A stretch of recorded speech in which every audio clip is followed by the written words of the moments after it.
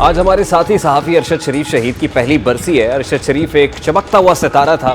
वतन से मोहब्बत, बेमिसाल हुनर और बहादुरी उनकी पहचान थी। लेकिन आज एक बरस बाद भी ना तो उनके कातिलों का कोई सुराग मिला, ना सुप्रीम कोर्ट उसे इंसाफ दिलाने में कामयाब हुई और ना ही हुकूमत उनके केस को उस तरह से हैंडल कर पाई जिस तरह किया जाना चाहिए था। कीनिया जैसे मुल्क की हुकूमत के अदम ताउन को बुनियाद बनाकर हमारी अदलिया, हुकूमत और इदारे अपनी तफ्तीशी, तहकीकाती और अदालती जिम्मेदारियों से फरार इख्तियार करते दिखाई दे रहा है। और यह मामला सिर्फ अरशद शरीफ शहीद की हद तक नहीं है।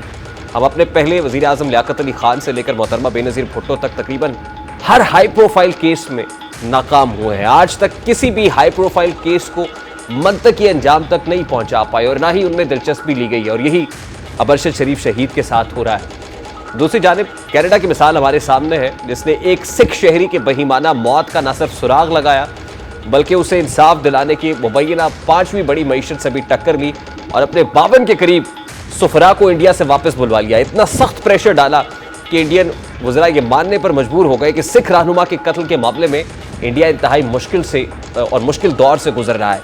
कानून, इंसाफ और उसूल की ये सरबुलंदी देखकर यकीनन अरशद शरीफ के लवाहिकीन भी हमारे निज़ाम इंसाफ को कोस रहे होंगे। इस निज़ाम से ना तो हम तरक्की कर सकते हैं और ना ही कभी दुनिया में अपनी इज्जत करा सकते हैं।